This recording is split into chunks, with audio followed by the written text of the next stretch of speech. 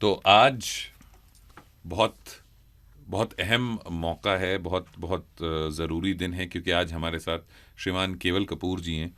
केवल जी, बहुत स्वागत है आपका फीवर के स्टूडियोज़ में। राम राम, नमस्कार।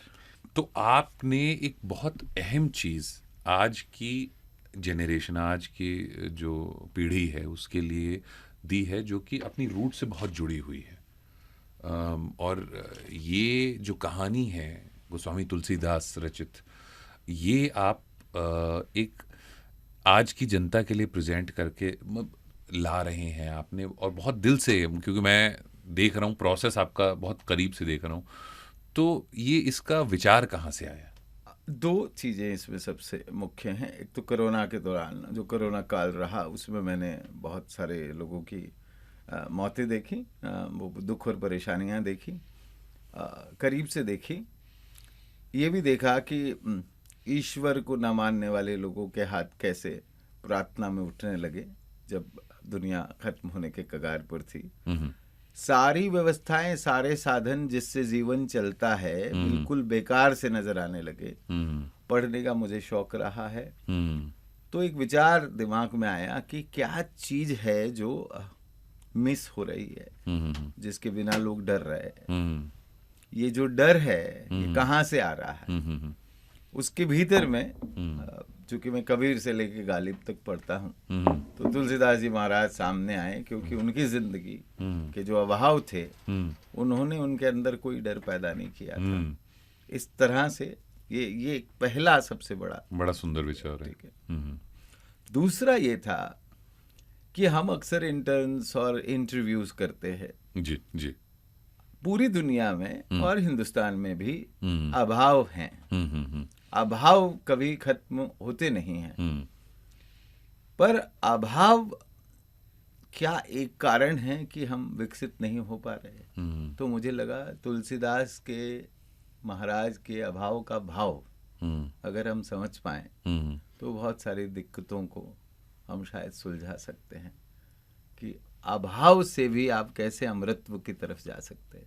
वाह! मतलब क्या होता है कि जब भी आप कोई किताब पढ़ रहे होते हैं या कोई सुंदर विचार सुन रहे होते हैं, तो उसमें जो एंगल होता है, जो आजकल की जनता जिसे कहती है क्रिएटिव पेग, क्या है इसका, ये बड़ा सुंदर है कि अभाव से आप कैसे जा सकते हैं। तो ये अमरत्व की तरफ, मोक्ष की तरफ कैसे आ सकते हैं। ये मुझे बताएं कि हमेशा से आपके जीवन में आध्यात्म का बहुत बड़ा हिस्सा रहा है, या किसी विशेष घटना के बाद अध्यात्म से जुड़ाव हुआ? नहीं, मैं जब 11 साल का था मेरी माँ गुजर गई, और मुझे लगता है कि जो अभाव की परिभाषा है उसको मैं शायद बेहतर तरीके से समझता था, भीतर तक समझता था। और अभाव साधनों का होता है, रिश्तों का होता है, आर्थिक संसाधनों का होता है, मोहब्बत का भी होता है। तो मेरा झुकाव उस तरफ रहा। मुझे लगा कि पढ़ना शायद कहीं वो खोज को पूरा कर पाएगा। विशेष घटना नहीं, पूरा जीवन ही ऐसा रहा है कि 14 बरस की उम्र से लेकर अब तक। उसमें एक सवाल मुझे किसी गुरुजी की तरफ से ये बात रिसेंटली पूछी गई, तो मैं ये जरूर यहाँ कोट करना चाहूँगा। उन्होंने मुझसे कहा, जीवन क्या है? और साथ में उन्होंने उत्तर दिया, जीवन क्या जमीन है, जीवन क्या घोड़ा है, जीवन क्या गाड़ी है, जीवन क्या माँ है, जीवन क्या पिता है, जीवन पुत्र है, जीवन संतान है। तो बोले, आप इस सब का जवाब नहीं दोगे? तो मैंने कहा, हाँ बिल्कुल दूंगा। तो बोले, ये जब जीवन नहीं है तो सारा जीवन इन्हीं के आसपास खत्म हो जाता है। यहां से तुलसीदास जी आते हैं, क्योंकि वो पहले पन्ने से लेकर आखिरी पन्ने तक अपने पहले सफ़े की जिंदगी से लेके आखिरी सफ़े तक की जिंदगी पर लगातार भक्ति और प्रीति की बात करते हैं। ये बताइए कि एक क्या होता है कि जैसे, ठीक बात है कि मानस में पूरा प्रारंभ से लेकर अंत तक एक बहुत ही आपने जैसे बताया कि प्रीति की और अध्यात्म की बात करते हैं, लेकिन कोई एक विशेष ऐसा हिस्सा उनकी लेखन का, उनके वो जो अलग अलग हिस्से उन्होंने बनाए हैं श्री राम के जन्म के, उनके अपने स्वयं के जन्म के, उनकी पत्नी से उनका जो बिछड़ना हुआ और उसके बाद, तो आपको कोई एक विशेष हिस्सा है जो बहुत प्रभावित करता है तुलसीदास जी का? 2 हिस्से मुझे प्रभावित करते हैं, दोनों पर बात करता हूँ। एक तो वो 5 बरस का बालक जो सड़क पर अनाथ व्यक्ति की तरह खड़ा है, वो व्यक्ति एक दिन तुलसीदास जी महाराज बन जाएगा, ये शायद मतलब अकल्पनीय है। दूसरा, सत्य और तथ्य के आधार पर अगर इसे कहानी की शक्ल में बयान करूं तो मुझे लगता है दूसरा वैसा मौका जब तुलसीदास जी महाराज अब नरहरि दास के साथ शिक्षा प्राप्त कर चुके थे जी। वो शिक्षा ने उनके चेहरे पर जो तेज पैदा करा था, वो गंगा किनारे बैठे थे और व्यक्ति से मुलाकात के दौरान जब उन्होंने कहा, तुलसीदास जी महाराज आप इतने ज्ञानी व्यक्ति हैं पर फिर भी उदासी और संत्रास दिखाई देता है कहीं, तो उन्होंने कहा मुझे जीवन में मोहब्बत नहीं मिली। जो किस्सा बाद में विकसित होता है मोहब्बत का, कि जब रत्नावली जी उनकी जिंदगी में आई और विवाह हो गया, चूंकि एक व्यक्ति जिसे मोहब्बत 5 बरस की उम्र से नहीं मिली, वो उससे क्लिंज हो जाते हैं, ऑलमोस्ट चिपट से जाते हैं। तुलसीदास जी महाराज जब वो कहती हैं वो मशहूर किस्सा कि मैं हाड़ मास की हूँ, तुम मुझसे अगर इतनी मोहब्बत करते हो, इतनी मोहब्बत अगर प्रभु श्री राम से करी होती तो तुम्हें ईश्वर की प्राप्ति हो जाती। वहां से तुलसीदास जी महाराज ने उसे एक पॉजिटिव मैसेज की तरह लिया, एक सकारात्मक ऊर्जा की तरह लिया। और बाद का किस्सा सारी दुनिया जानती है। तुलसीदास जी महाराज आज भी 490 बरस बाद लगातार बढ़ते हुए कवि। बिल्कुल। अच्छा, क्योंकि आपने बहुत करीब से उनका जीवन पढ़ा है, समझा है, महसूस किया है, पर यह भी देखा होगा कि तुलसीदास जी के जीवन के बारे में आम जनता, देखिए रामायण हम तक रामानंद सागर ने एक किस्म से पहुंचाई, फिर आजकल के जो न्यू एज मेकर्स हैं उन्होंने कहा कि हाँ भाई बॉडी अच्छी होनी चाहिए कहानी पर, और उसका जो मैसेज है जो वो नहीं पहुंचा पाए, तो फिर भी बिट्स एंड पीसेस में ही जनता तक पहुंची है। रामायण के 2 रचयिताओं के जीवन के बारे में भी लोग बहुत, जब वो नहीं जानते पूरा तो ये क्या जानेंगे। तो तुलसीदास जी के व्यक्तित्व के किन विशेषताओं के बारे में आम जनता को नहीं पता है, आपको क्या लगता है? एक्चुअली मुझे लगता है तुलसीदास जी महाराज की जिंदगी के बारे में बिल्कुल ही नहीं पता है। मतलब कुछ हिस्सों की तो बात ही छोड़ दीजिए, कुछ लोग जहां पर वो पैदा हुए इतना जरूर नहीं पता है। तुलसीदास जी महाराज का ताल्लुक चित्रकूट से था, सोरो से था, शुकर से था, अयोध्या से था। चूंकि उस समय प्रामाणिक जानकारी को उस तरह गैदर नहीं किया गया। दूसरा, तुलसीदास जी महाराज कहाँ पढ़ाए जाते हैं? हम एक ऐसी संस्कृति के भीतर चले गए हैं जहां पर घरों के भीतर किताबें गायब होकर बाहर आ गए हैं, है ना। मूल्यों का धरातल कमजोर हो गया है। तो तुलसीदास जी के बारे में मुझे लगता है बहुत कम जानकारी है। इसलिए भी ये जरूरत महसूस हुई कि तुलसीदास जी महाराज की जिंदगी, जिसने ऐसा कृतित्व पैदा किया है, जिसने ऐसी नायाब रचनाएं पैदा की हैं, उसकी जिंदगी के बारे में अगर आप जानें उनकी, तो हो सकता है कहीं से कोई ना कोई व्यक्ति को तो प्रेरणा जरूर मिलेगी। जी। तो क्या है कि अगर रामायण की कहानी को या रामचरितमानस को अगर आप एक स्टोरी टेलिंग फॉर्मेट में देखें, ये कहानी है, शुरू होती है जन्म से, एक नायक है, जन्म होता है, कुछ मुसीबतें आती हैं, फिर एक हैप्पी एंडिंग होती है। अब तुलसीदास जी हैं उस नायक की कहानी लिखने वाले, तो कुछ सिद्धांतों का, कुछ मूल्यों का उनके जीवन में बहुत अहम योगदान रहा है, जिसकी वजह से वो इस नायक को लिख पाए हैं, लोगों तक पहुंचा पाए। तो अगर कोई गोस्वामी तुलसीदास के पहले तो ये सिद्धांत आपको क्या लगते हैं, क्या हैं, और कोई उनको अपने जीवन में आज के टाइम में अगर शामिल करना चाहे, क्योंकि देखिए सतयुग, द्वापर, त्रेता वो अलग एक दौर था, और यहाँ पर तो पहले ही बता दिया था भाई ये तो शुरुआत हो गई है, राजा के मुकुट में वास कर रहा है कलयुग, अब देखो क्या करेगा। तो वो सारी चीज़ें जैसे कहते हैं कि अब तो सिर्फ तुम भाई तपस्या मत करो, नारायण बोल दो, हो जाएगा तुम्हारा। जी। तो ऐसे कौन से सिद्धांत हैं जिनको आजकल की जनरेशन अपने जीवन में अगर लागू करे तो थोड़ा सा करीब आ सकते हैं अध्यात्म? सबसे पहला सिद्धांत ये है कि जो आप कर रहे हो उसमें खुद का भरोसा, विश्वास बहुत जरूरी है।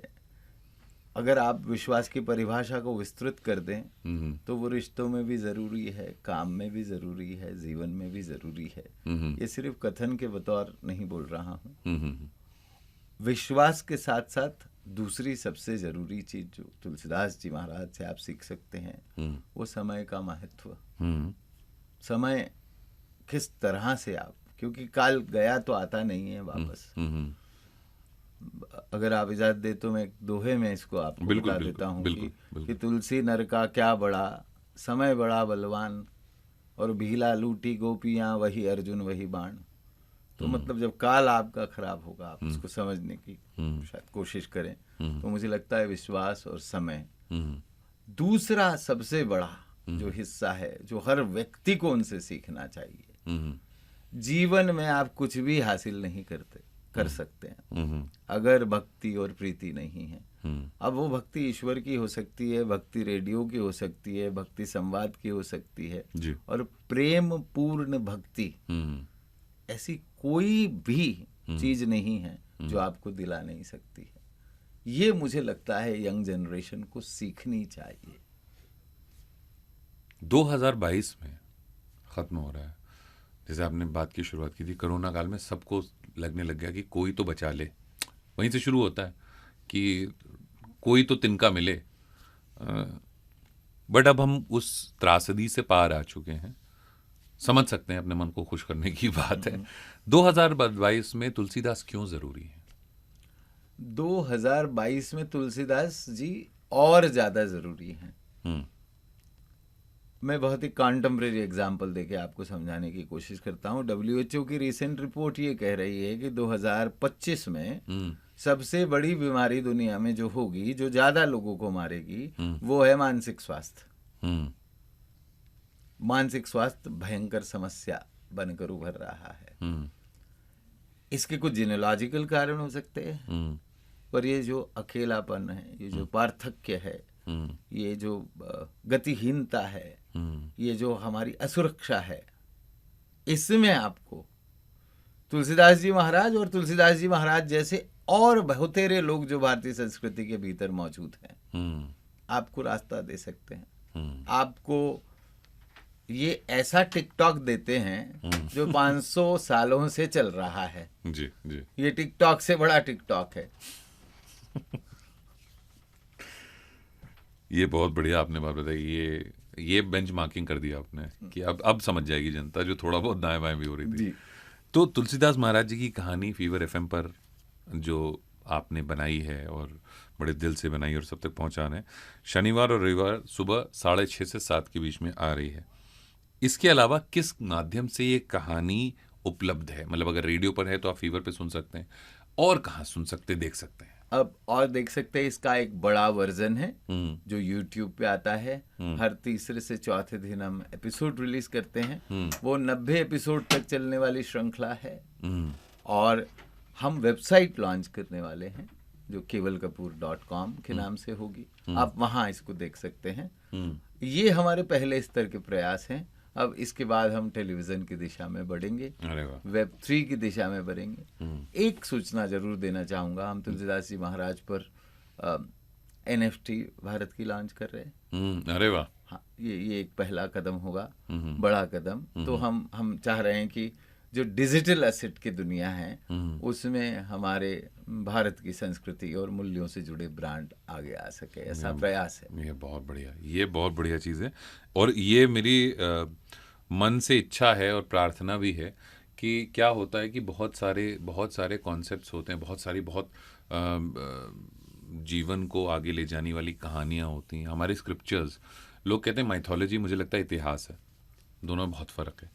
तो ये जब आएँ तो अपने शुद्ध फॉर्म में आएँ और जितना सच के करीब रहें, और जितना, क्योंकि क्या होता है ना, कहते हैं पैलेटेबल बनाने के लिए आपने ना, हमने ये महाराणा प्रताप की कहानी दिखाई, उसमें लव एंगल डाल दिया जी क्योंकि वो जनता को दिख जाए, जी जबकि ऐसा कुछ है नहीं। जी तो ये हमारे प्रार्थना रहेगी कि जितने शुद्ध रूप में हम यहाँ देख रहे हैं वो वहाँ रहे। मज़ा आ जाएगा तुलसीदास जी की कहानी देखकर। बिल्कुल, हमारी कोशिश ऐसी ही रहेगी। और एक बाइट मैं आपके साथ ज़रूर छोड़ना चाहूँगा, अगर आप उसका इस्तेमाल करना चाहें कहीं पर। जी बिल्कुल। तो तुलसीदास जी महाराज, आपको ये पता होना चाहिए कि 500 से ज़्यादा पीएचडी तुलसीदास जी महाराज पर हुई हैं। हमने 131 से ज़्यादा किताबों का अध्ययन किया इस श्रृंखला को बनाने के लिए। 1918 से लेकर 1928 के बीच में 3 अंग्रेजों ने सबसे बड़ी पीएचडी तुलसीदास जी महाराज पर करी, जिसमें एडिनबर्ग यूनिवर्सिटी की सबसे विशाल पीएचडी है, जिसे पढ़ा जाना चाहिए। मुझे लगता है उसे हिंदी में उपलब्ध कराया जाना चाहिए।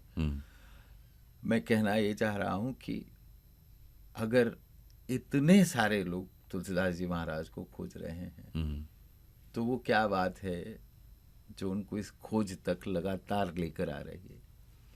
और ये भारतीय जनता को समझकर इसके साथ जुड़ना चाहिए। ये बहुत सही बात कही आपने, और मैं चाहूँगा कि इतने बड़े लेखक, दिग्दर्शक, कॉन्सेप्चुलाइजर, विजुलाइजर, केवल जी अपना मैसेज हमारे लिसनर्स को क्या देना चाहेंगे, अपनी इस कृति के बारे में और अपनी तरफ से? मेरा अपनी तरफ से मैसेज एक ही है, और जो तुलसीदास जी महाराज को पढ़कर भी मैसेज यही जाता है। देखिए, जीवन में आपका जब जन्म हुआ तो ऐसा कोई वायदा नहीं था किसी भी व्यक्ति का आपके साथ कि वो दुख रहित होगा, उसमें कोई परेशानी और संकट नहीं होंगे। अगर उसमें बसंत हैं तो आषाढ़ भी होंगे। आप उन आषाढ़ों को याद रखिए, उन अभावों को याद करिए, वहाँ से आप सोना बनकर निखर सकते हैं। वो अभाव एक मौका प्रदान करता है आपको हीरे की तरह चमकने का। तो संतरास में मत जाइए, ये मेरा मैसेज होगा। और सैटरडे और संडे सुबह 6:30 से 7 गोस्वामी तुलसीदास जी की कथा जो है वो केवल कपूर जी की तरफ से जो है वो सुन बिल्कुल न भूलिएगा। बहुत बहुत शुक्रिया, धन्यवाद केवल जी अपना समय देने के लिए, और इतनी सुंदर कहानी बहुत आसान शब्दों में हम तक पहुंचाने के लिए। राम राम, नमस्कार। नमस्कार जी।